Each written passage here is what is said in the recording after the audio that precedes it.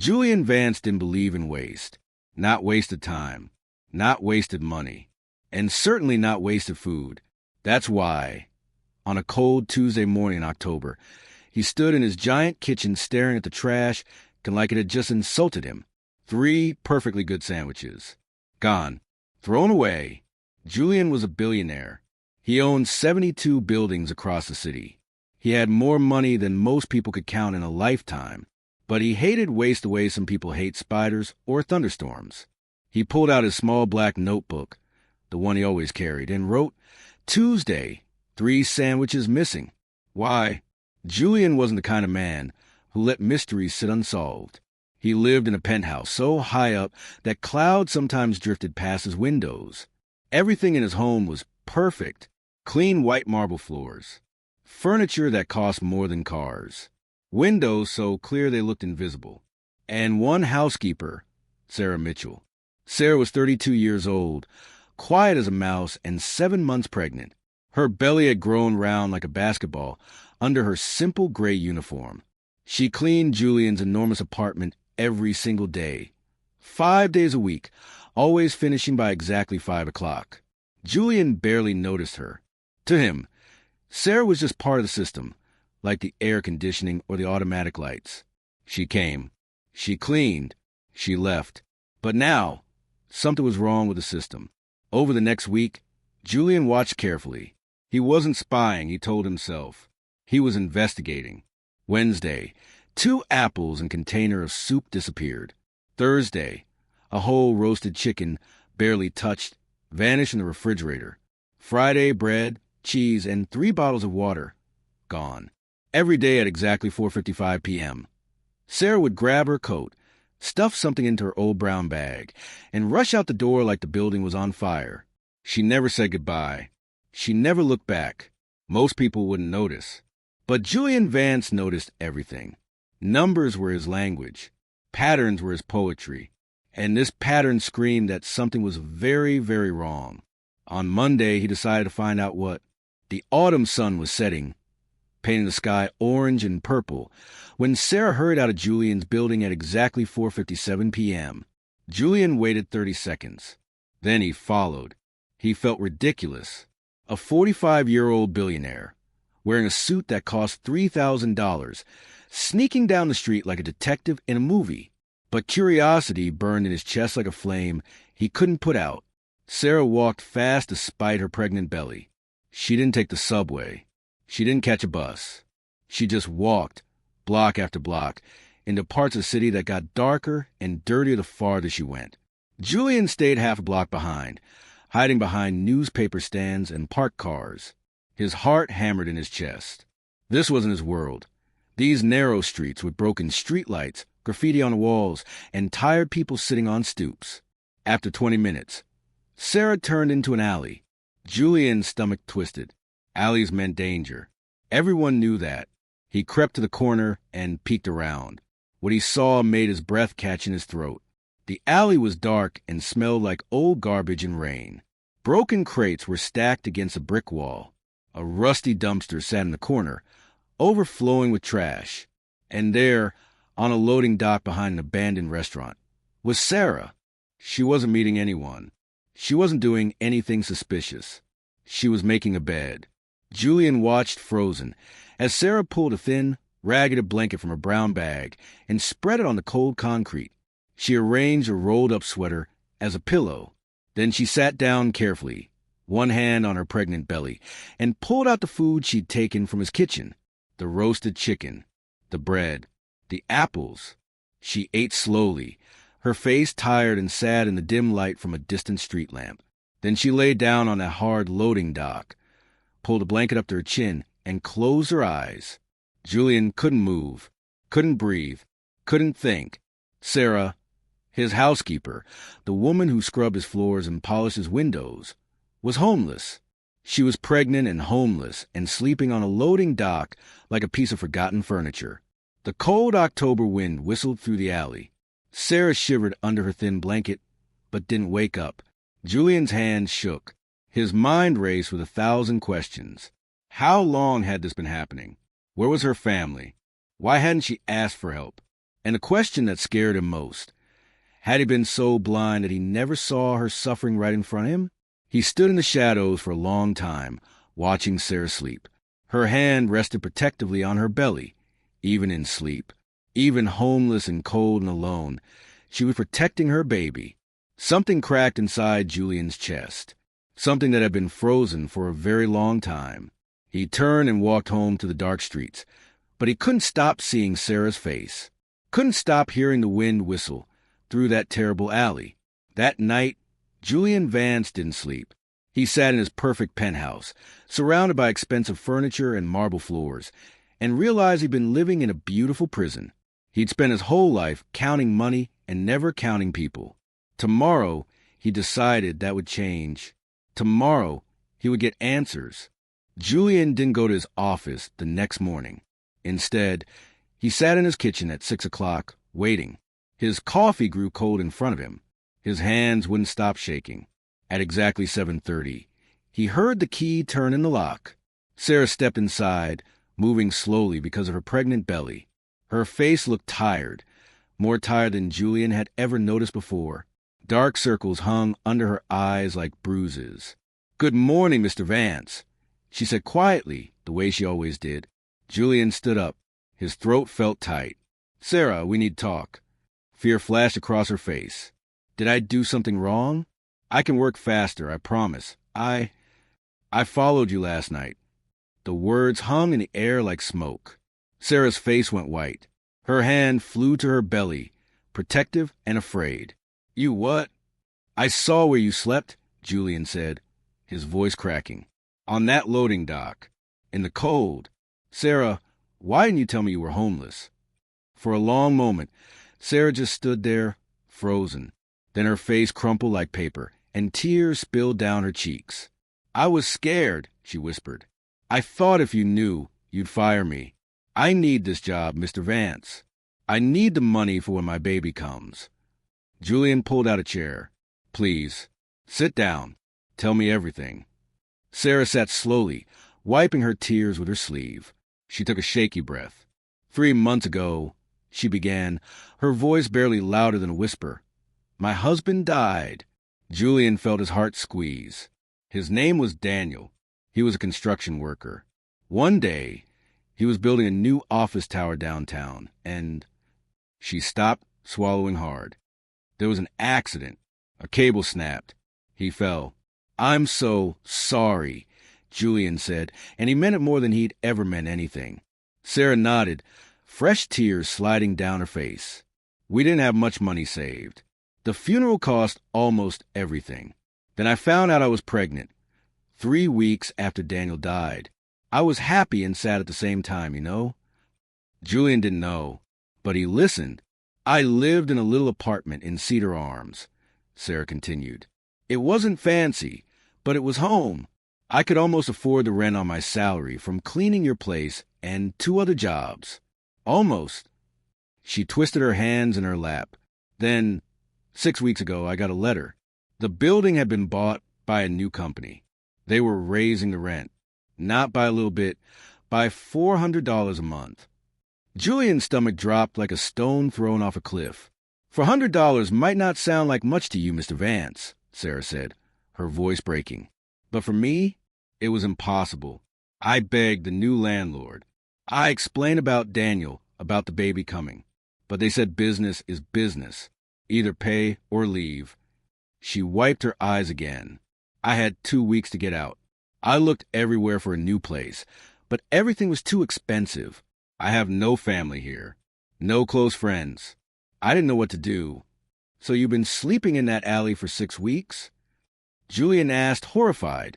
5 weeks, Sarah corrected quietly.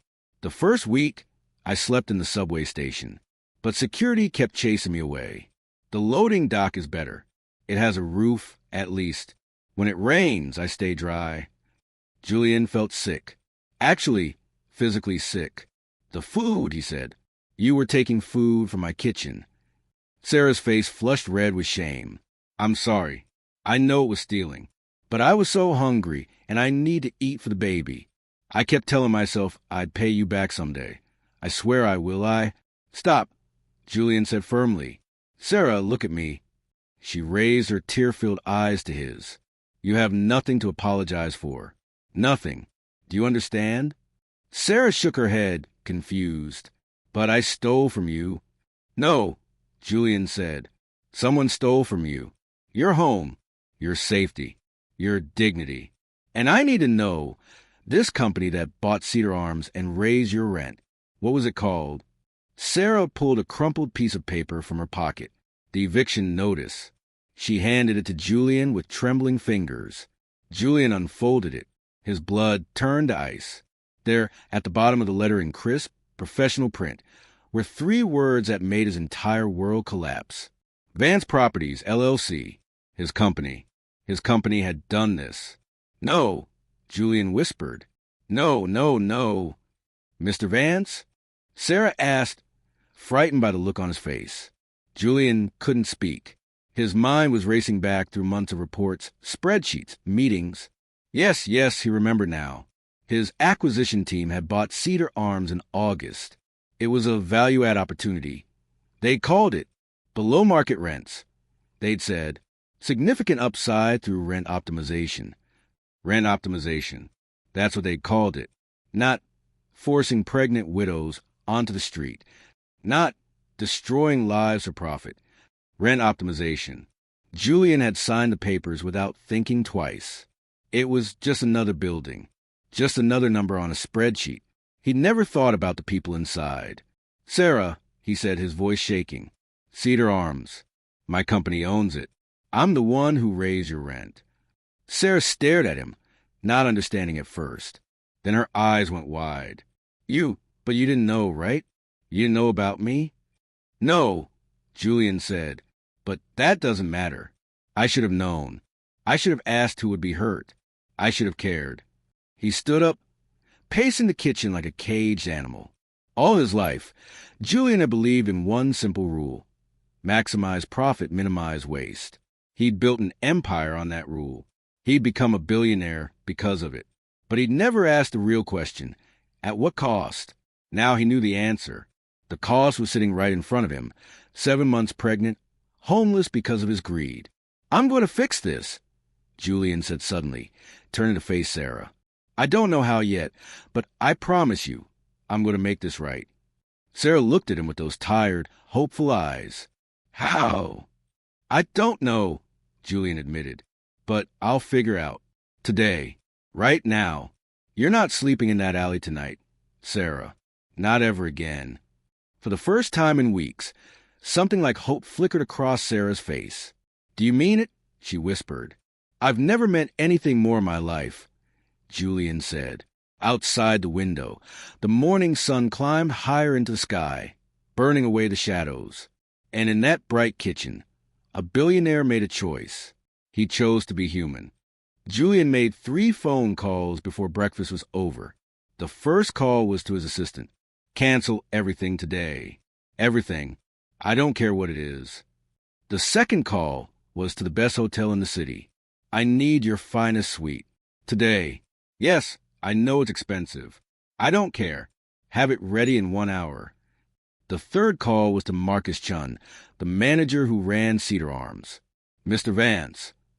Marcus said, sounding surprised, what can I do for you? You can explain, Julian said coldly, why you evicted a pregnant widow and didn't tell me. Silence on the other end of the line. Sir, we evicted 42 tenants total when we raised rents. It's standard procedure for value-add properties. We sent you the monthly report. 42. Julian's voice could cut glass. 42 families? Well, yes, but the increased revenue projections show. You're fired, Julian said. Clean out your desk today. I'll have security escort you out. He hung up before Marcus could respond. Sarah watched all of this with wide eyes, her hand on her belly. Mr. Vance, you don't have to. Yes, I do, Julian interrupted. And please call me Julian. Mr. Vance is the man who put you on the street. I don't want to be him anymore. 20 minutes later, Julian's driver pulled up in front of Penthouse. Julian helped Sarah into the back seat of the car, the same car he rode in every single day. But today it felt different. Today, it felt like it actually mattered.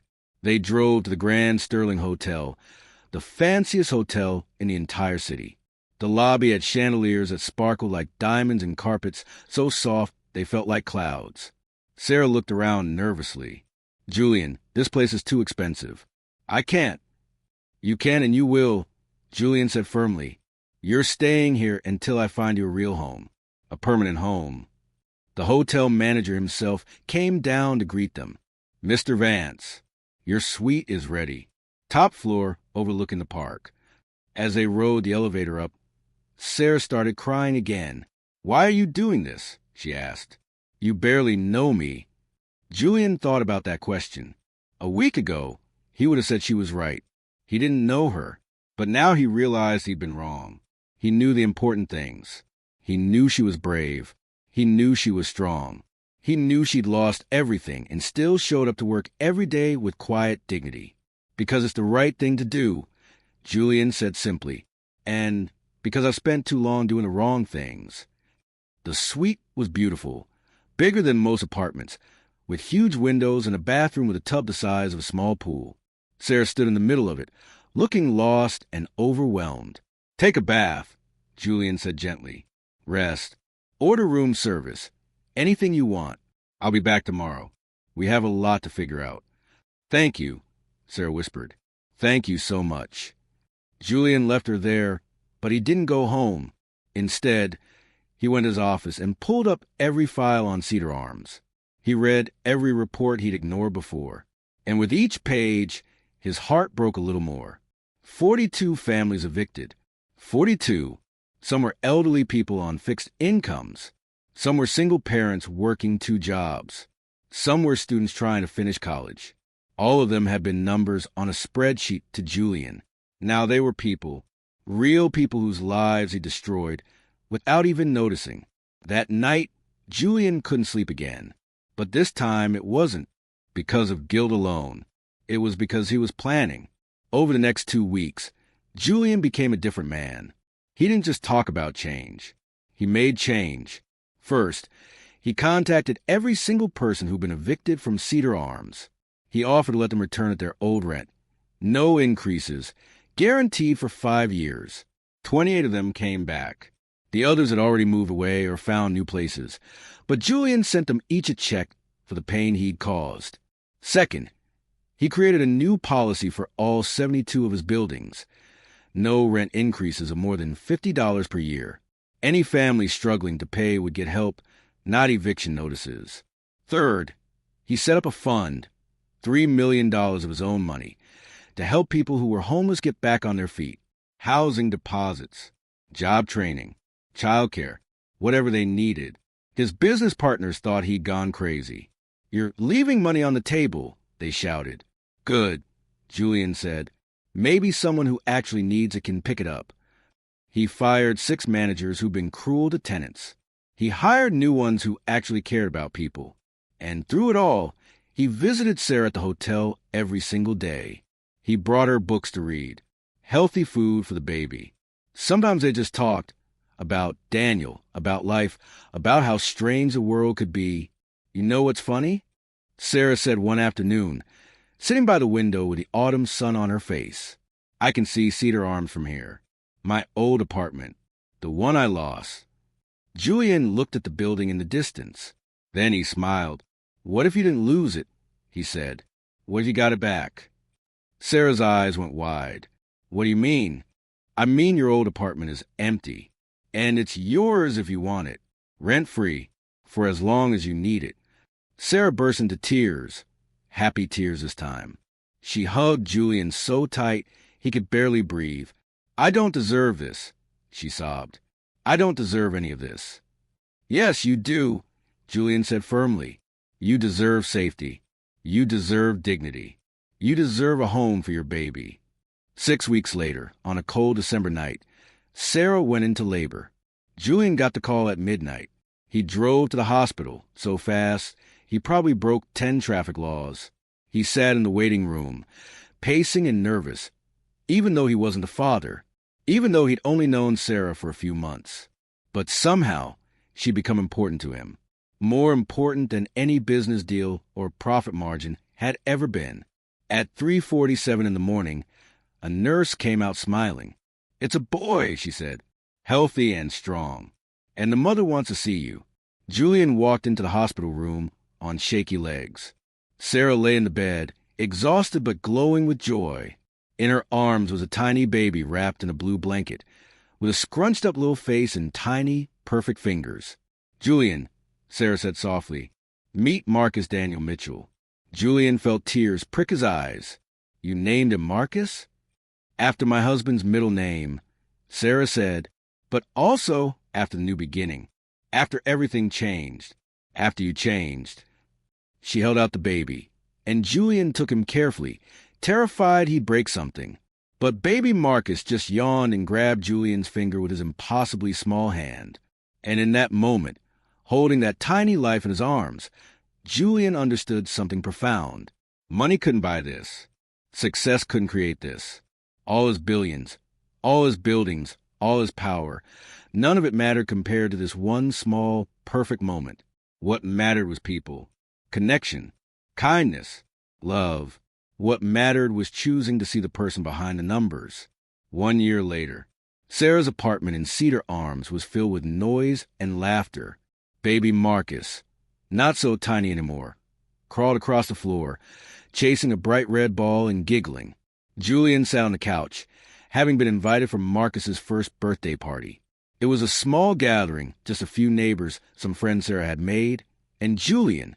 "I still can't believe everything that happened," Sarah said, bringing out a homemade cake shaped like a teddy bear. "A year ago, I was sleeping on a loading dock. Now look at us." Julian smiled. "You did this, Sarah. You were strong enough to survive. I just learned to pay attention." "You did more than that," Sarah said. "You changed. And because you changed, a lot of other people's lives changed too." It was true. The Homeless Fund had helped 63 families find housing. The new rent policies had saved hundreds more from eviction. Julian's company was making less profit than before, but the buildings were full of happy, stable families. And somehow, that felt better than any amount of money ever had. As the sun set outside the window, Julian helped Sarah light the single candle on Marcus's cake. The little boy clapped his hands and laughed. "Make a wish," Sarah told her son, even though he was too young to understand. But Julian made a wish instead. He wished that he'd never forget this moment, never forget what truly mattered. That night, walking home through the city streets, Julian looked up at the sky. Stars were visible for the first time in months. Tiny pinpricks of light fighting through the city's glow. They were beautiful, more beautiful than any view from his penthouse had ever been. Because now, Julian understood something his money had never taught him. The most valuable things in life can't be bought. They can only be earned through kindness, built through compassion, and measured by the lives you touch. One pregnant maid sleeping on a loading dock had taught a billionaire how to be human. And that lesson was worth more than all the gold in the world. Did this story touch your heart? Like this video, and let me know in the comments. Share this story with someone who needs to remember that kindness can change everything. Subscribe for more emotional, life-changing stories that will make you believe in humanity again. Remember, we all have the power to change someone's life. Sometimes all it takes is choosing to see them.